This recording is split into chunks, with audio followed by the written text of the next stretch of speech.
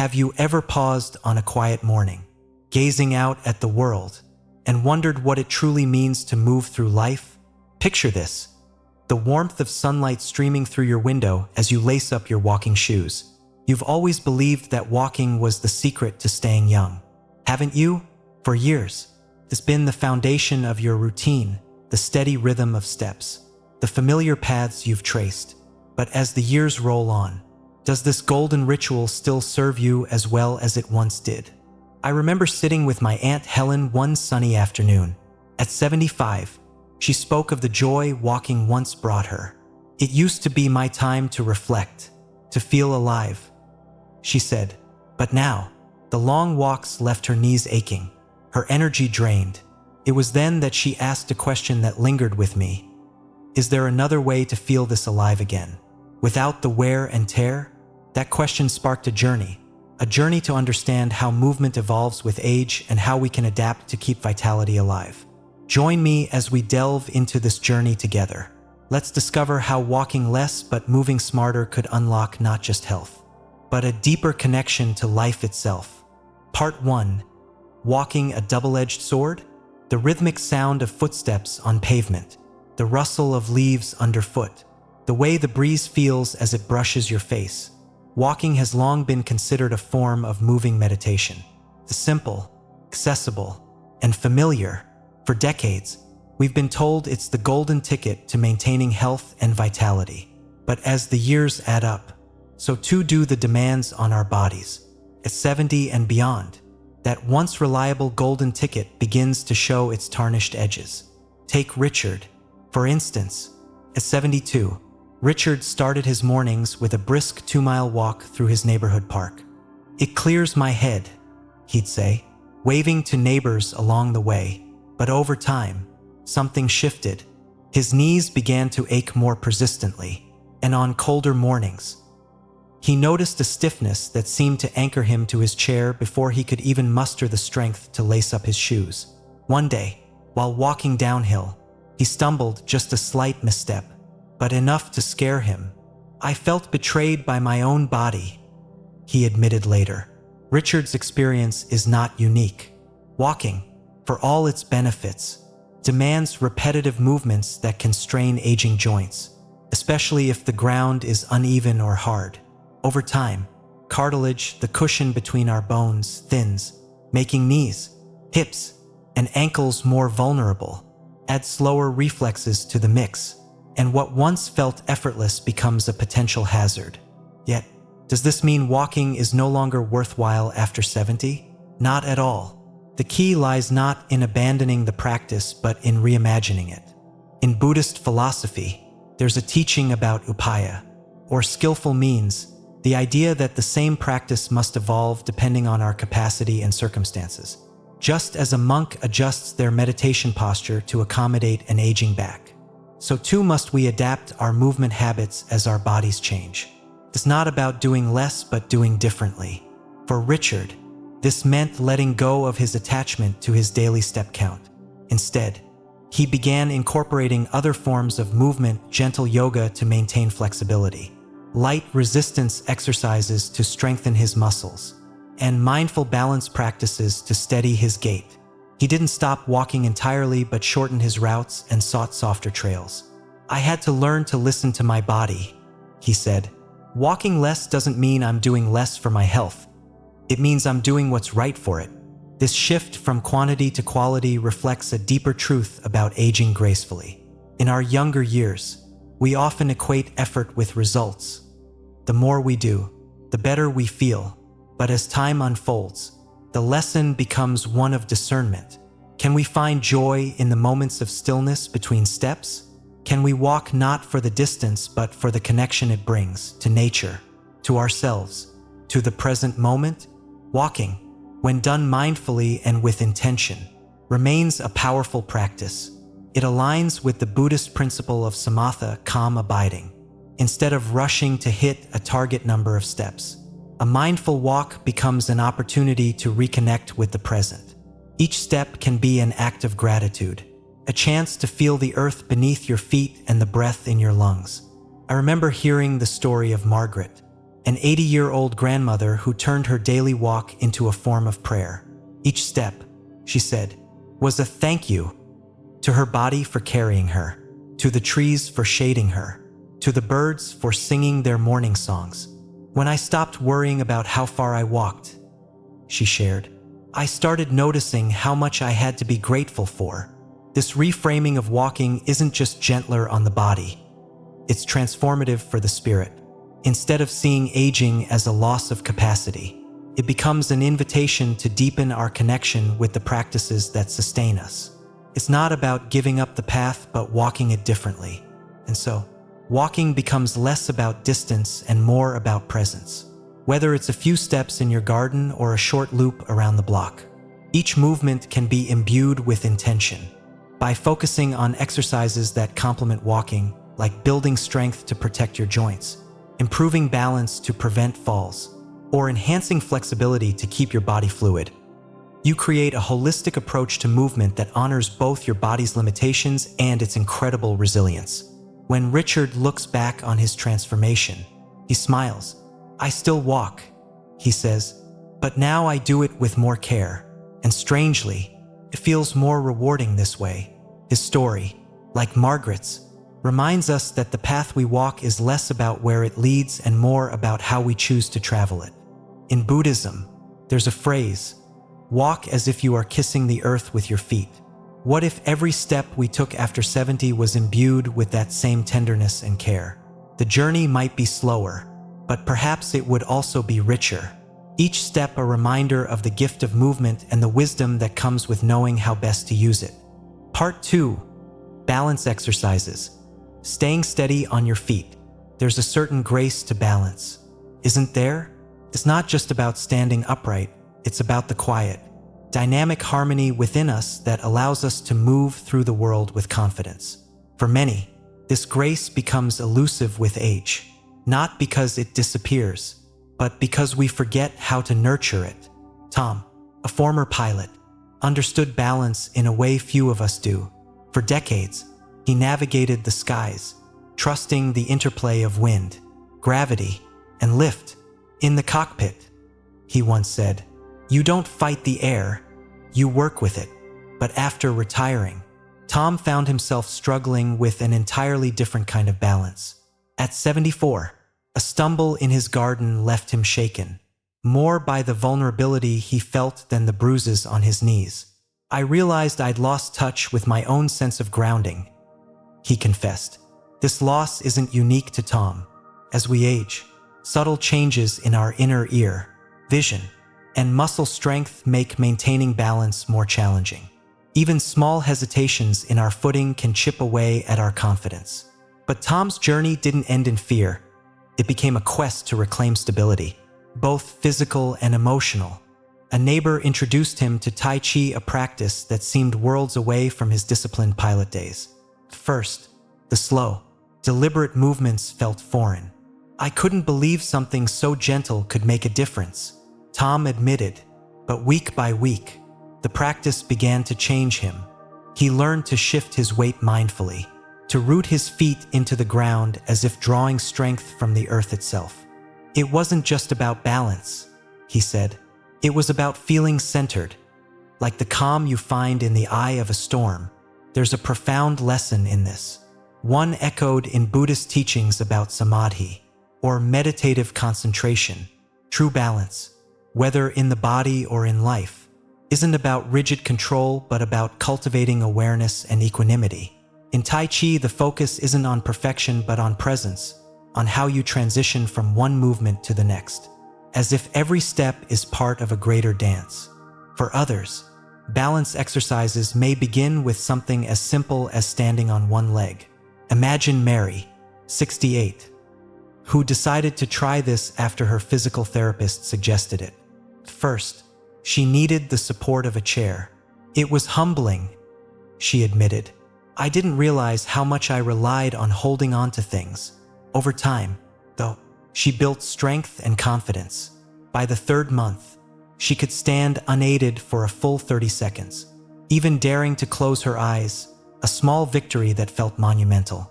The physical benefits of balance exercises are undeniable. They strengthen stabilizing muscles, reduce the risk of falls, and improve coordination. But there's an emotional component, too. Regaining balance brings with it a renewed sense of agency, a reminder that we are not at the mercy of our bodies but active participants in their care.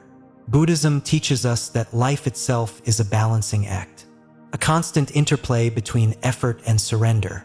In the same way that balance exercises help us find stability on our feet, they also cultivate a deeper resilience, a way of meeting life's challenges with steadiness and grace.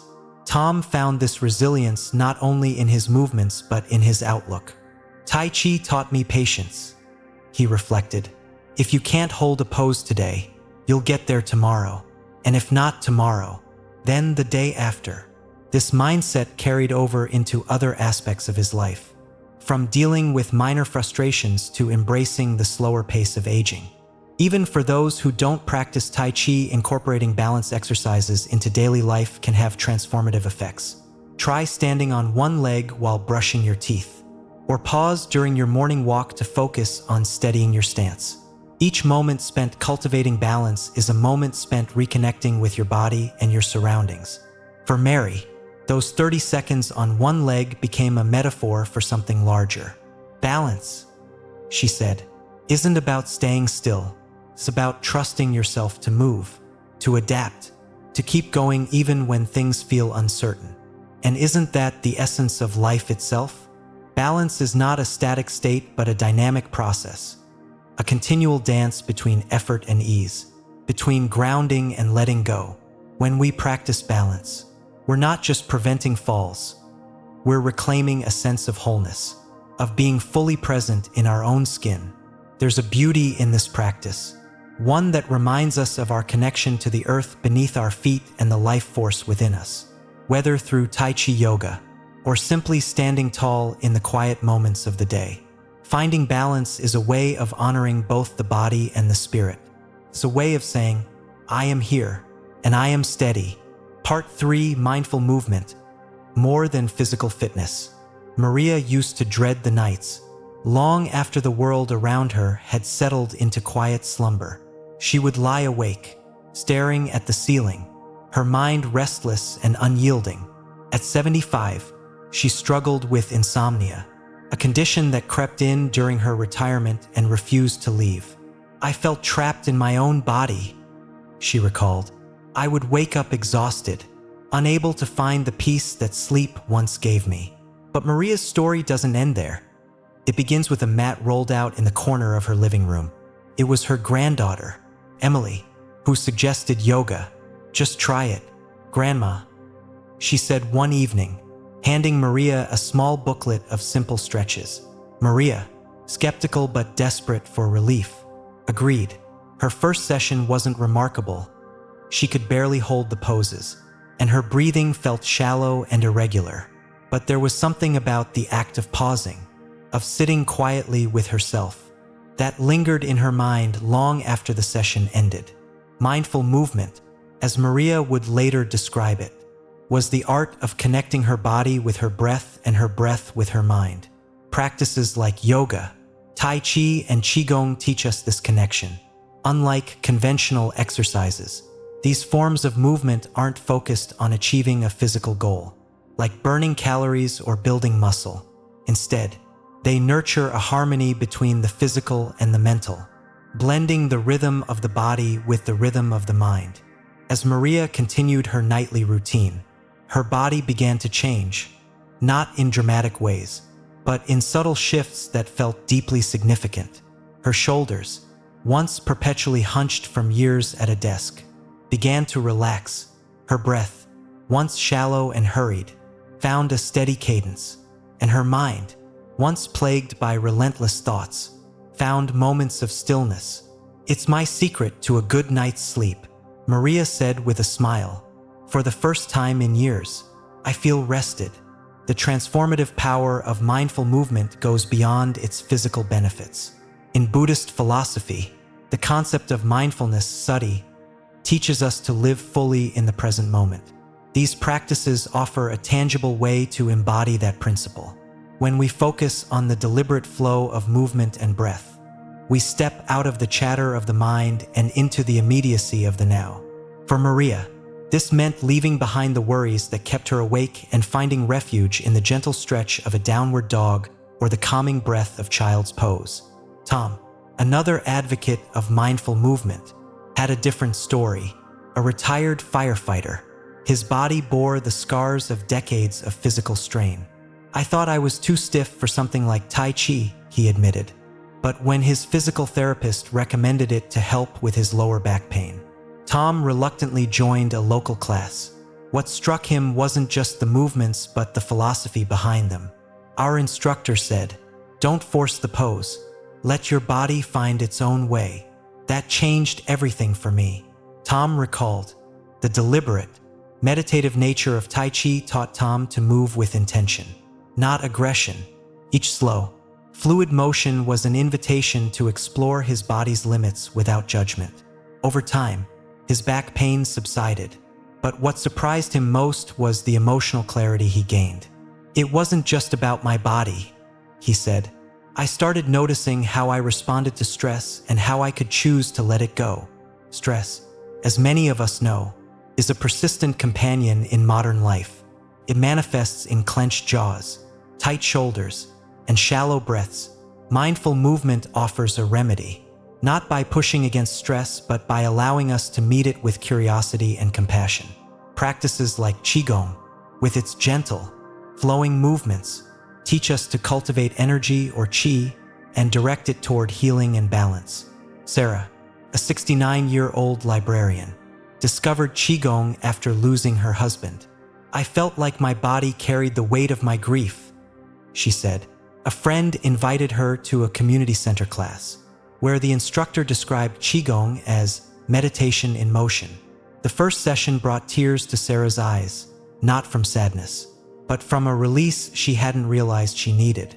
"I felt like I was letting go, piece by piece, with every movement," she shared. In Buddhism, there is the idea of anicca, or impermanence, the understanding that all things, even suffering, are transient. Mindful movement practices embody this philosophy by encouraging us to flow with life's changes rather than resist them. For Sarah, this meant finding peace in her grief, allowing it to ebb and flow like the gentle movements of her practice. Science echoes what these ancient traditions have long known. Studies show that practices like yoga, Tai Chi, and Qigong reduce cortisol levels, the hormone responsible for stress. They enhance emotional resilience, making it easier to navigate life's challenges, and improve focus, helping us stay present in a world that often pulls us in many directions. For many, these practices also lead to better sleep, a restorative gift that Maria now enjoys nightly. One of the most profound aspects of mindful movement is its accessibility. You don't need expensive equipment or a gym membership to begin. A quiet corner, a chair, or even your own bed can become a space for movement and breath. The simplicity of these practices mirrors the Buddhist teaching that the path to enlightenment lies not in grand gestures but in the small, consistent acts of mindfulness we bring to our daily lives. Maria often ends her yoga sessions with a moment of gratitude. Sitting cross-legged on her mat, she places her hands over her heart and whispers, "Thank you for this body, this breath, this moment." It's a practice she never skips, no matter how tired or busy she feels. And in that simple act, she embodies the essence of mindful movement, a deep appreciation for the connection between mind, body, and spirit. These practices remind us that movement is not just a means to an end but a celebration of life itself. Whether it's a yoga pose, a Tai Chi flow, or a Qigong sequence, each movement is an opportunity to honor the body we inhabit and the life we are given. It's a way of saying, in the most tangible sense, I am here and I am alive. Part 4. Aquatic exercise. Dive into wellness. Bob didn't see the fall coming. At 67, he considered himself relatively active, taking his dog, Charlie, on daily walks, gardening on weekends, and even joining the occasional family hike. But the misstep that led to his knee injury left him feeling vulnerable in ways he hadn't anticipated. The surgery to repair the damage was successful, but the recovery process was grueling. Simple tasks like climbing stairs or even standing for extended periods became challenges he hadn't expected to face. Bob's physical therapist suggested aquatic exercises as part of his rehabilitation. First, the idea of stepping into a pool seemed odd to him. He wasn't much of a swimmer, and the thought of exercising in water felt almost frivolous. "I didn't think floating around would do much good," he admitted later with a sheepish grin. But on his first session, something clicked. The buoyancy of the water cradled Bob's body, relieving the pressure on his injured knee. Walking laps across the shallow end of the pool felt effortless yet productive, a stark contrast to the pain he experienced trying to do the same on land. "It was the first time in months that I moved without wincing," he said. Over time, Bob added gentle water aerobics and even a few strokes of swimming to his routine. To his surprise, his range of motion improved, and the strength in his knee gradually returned.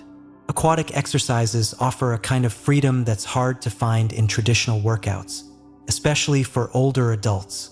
Water, with its unique properties, supports the body in ways that gravity simply can't. Its buoyancy reduces the impact on joints, making it ideal for those dealing with arthritis, injuries, or chronic pain. This isn't just about physical relief. It's about regaining confidence in movement. For Bob, the pool became more than a tool for recovery. It was a space where he could reconnect with his body without fear of pain. In Buddhist philosophy, there's a concept known as karuna, or compassion. While it's often directed outward, karuna also teaches us the importance of self-compassion, of treating our bodies and minds with the same care and gentleness we would offer a loved one. Aquatic exercises embody this principle. They're not about pushing limits or achieving milestones, but about moving in a way that honors where you are. Take Sarah, for instance, a 73-year-old former teacher who joined a local water aerobics class after her doctor recommended it to manage her high blood pressure. Sarah had never been particularly active, but the welcoming environment of the pool changed that. The class wasn't competitive, it was collaborative. "We laugh as much as we exercise," she shared, describing the friendships she'd formed with her classmates. For Sarah, the benefits extended beyond the physical. The rhythmic movements and the soothing quality of water had a calming effect on her mind. She began to notice her stress levels dropping, her sleep improving, and her mood lifting. "It's like the water washes away the tension," she said. Science supports what Sarah and others like her have discovered firsthand.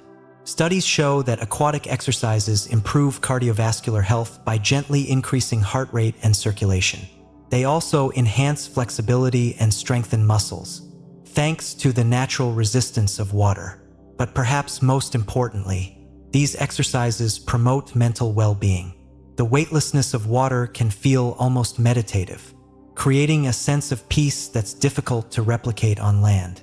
For Robert, another regular at the pool, aquatic exercise became a gateway to mindfulness. Diagnosed with Parkinson's disease, Robert found land-based exercises increasingly frustrating. But in the water, he could move with a fluidity that felt almost liberating. His favorite part of the week became his early morning swim sessions, when the pool was quiet, and the only sound was the gentle splash of water. "I focus on each stroke, each breath," he said. "It's the closest I've ever felt to meditation."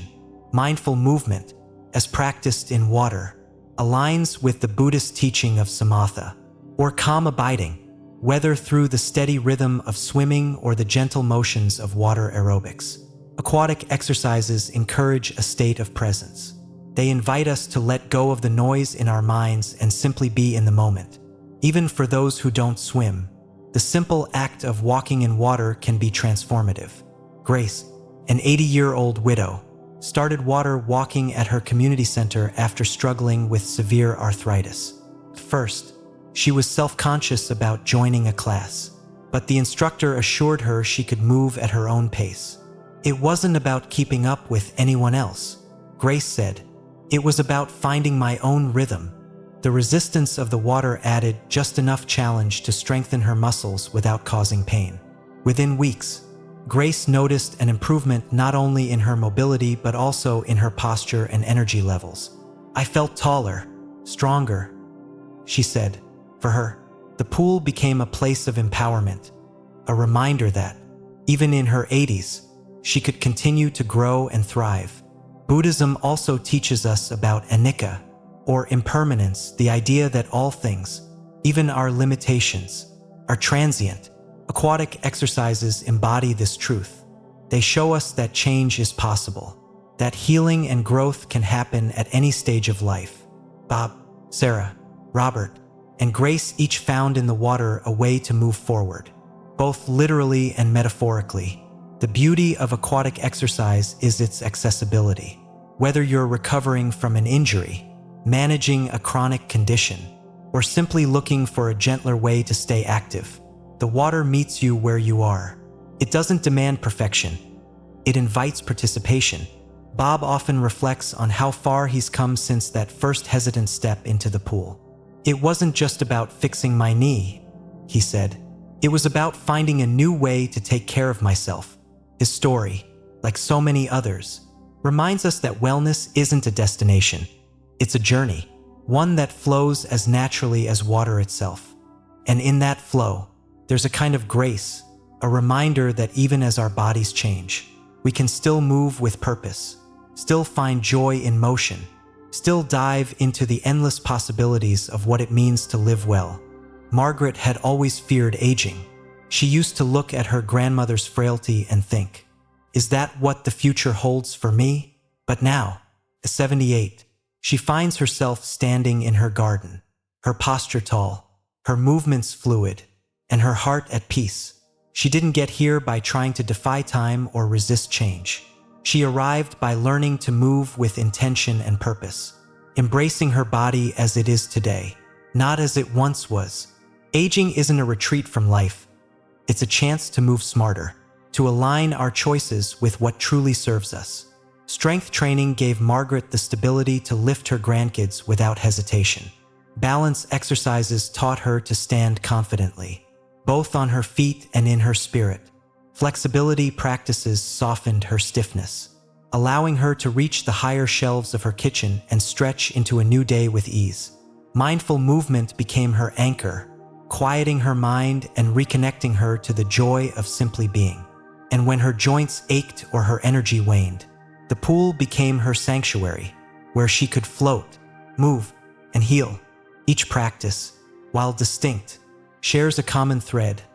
They are acts of care, not just for the body, but for the whole self. They remind us of the Buddhist teaching of metta, or loving kindness.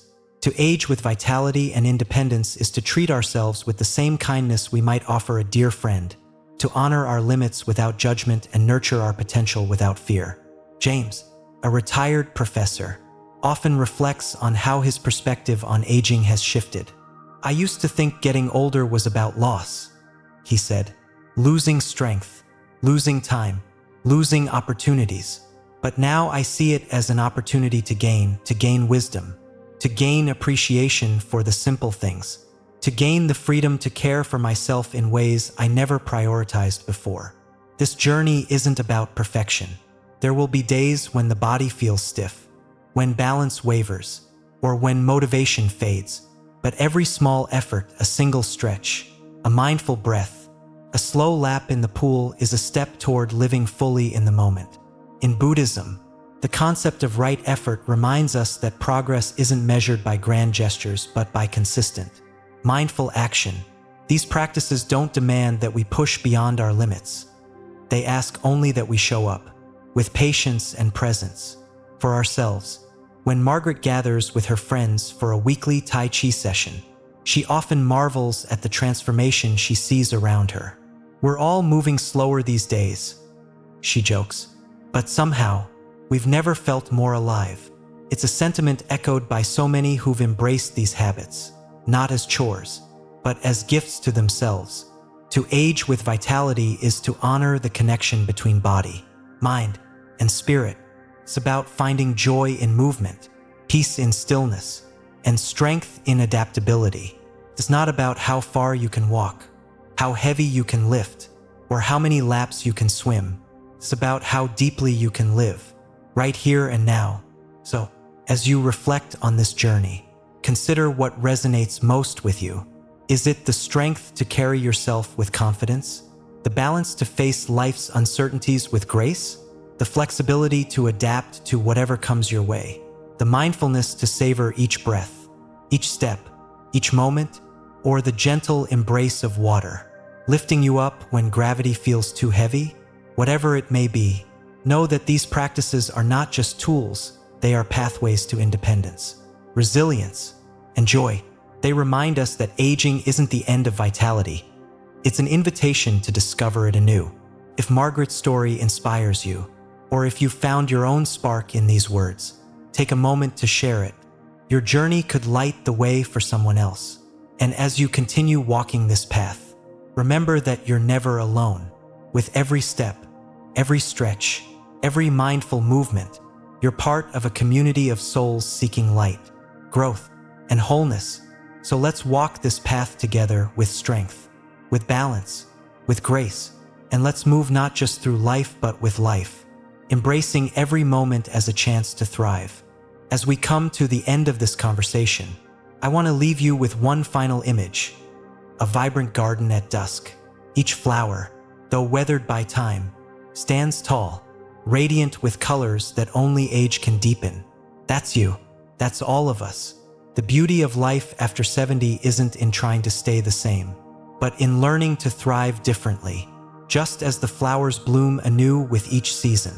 Think back to the 5 practices we explored: building strength to conquer stairs with ease, improving balance to stroll confidently, stretching to keep our bodies graceful, practicing mindfulness to calm the mind, and embracing water to refresh and renew. Each step isn't just a way to stay active. It's a declaration that your life still holds endless potential.